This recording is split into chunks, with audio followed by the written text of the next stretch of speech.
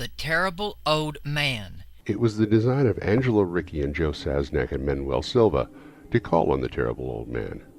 This old man dwells all alone in a very ancient house on Water Street near the sea, and is reputed to be both exceedingly rich and exceedingly feeble, which forms a situation very attractive to men of the profession of Messrs. Ricci, Czanek, and Silva, for that profession was nothing less dignified than robbery.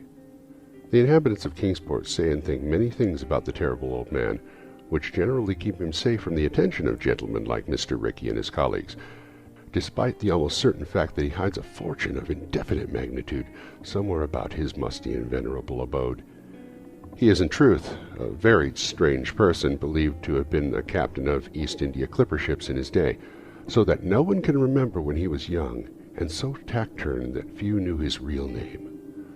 Among the gnarled trees in his front yard of his aged and neglected place, he maintains a strange collection of large stones, oddly grouped and painted so that they resemble the idols of some obscure Eastern temple. The collection frightens away most of the small boys who love to taunt the terrible old man about his long white hair and beard, or to break into the small paned windows of his dwelling with wicked missiles. But there are other things which frighten the older and more curious folk, who sometimes steal up to the house to peer in through the dusty panes. These folks say that on a table in a large bare room on the ground floor are many peculiar bottles, in each a small piece of lead suspended pendulum-wise from a string. And they say that the terrible old man talks to these bottles, addressing them by such names as Jack, Scarface, Long Tom, Spanish Joe, Peters, and Mate Ellis. And whenever he speaks to a bottle, the little lead pendulum within makes certain definite vibrations, as if in answer. Those who have watched the tall, lean, terrible old man in these peculiar conversations do not watch him again. But Angelo Ricci and Joe Czanek and Manuel Silva were not of Kingsport blood. They were of that new and heterogeneous alien stock which lies outside the charmed circle of New England life and traditions, and they saw in the terrible old man merely a tottering, almost helpless graybeard, who could not walk without the aid of his knotted cane, and whose thin, weak hands shook pitifully. They were really quite sorry in their way for the lonely, unpopular old fellow, whom everybody shunned, and at whom the dogs barked singularly. But business is business, and to a robber whose soul is in his profession, there is a lure and a challenge about a very old and very feeble man who has no account at the bank, and who pays for his few necessities at a village store with Spanish gold and silver minted 2 centuries ago. Messrs. Ricci, Czanek, and Silva selected the night of April 11th for their call. Mr. Ricci and Mr. Silva were to interview the poor old gentleman, whilst Mr. Czanek waited for them in their presumable metallic burden with a covered motor car on Ship Street by the gate in the tall rear wall of the host's grounds.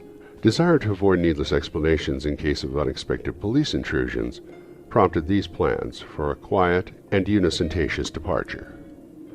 As prearranged, the 3 adventurers started out separately in order to prevent any evil-minded suspicions afterwards. Messrs. Ricci and Silva met at Water Street by the old man's front gate, and although they did not like the way the moon shone down upon the painted stones through the budding branches of the gnarled trees, they had more important things to think about than mere idle superstition. They feared it might be unpleasant work making the terrible old man loquacious concerning his hoarded gold and silver, for aged sea captains are notably stubborn and perverse. Still, he was very old and very feeble, and there were 2 visitors. Messrs. Ricci and Silva were experienced in the art of making unwilling persons voluble, and the screams of a weak and exceptionally vulnerable man can be easily muffled. So they moved up to the one lighted window and heard the terrible old man talking childishly to his bottles with pendulums. Then they donned masks and knocked politely at the weather-stained oaken door. Waiting seemed very long to Mr. Czanek as he fidgeted restlessly in the covered motor car by the terrible old man's gate on Ship Street.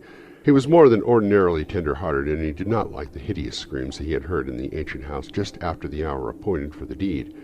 Had he not told his colleagues to be as gentle as possible with the pathetic old sea captain? Very nervously he watched that narrow oaken gate and the high and ivy-clad stone wall. Frequently he consulted his watch and wondered at the delay.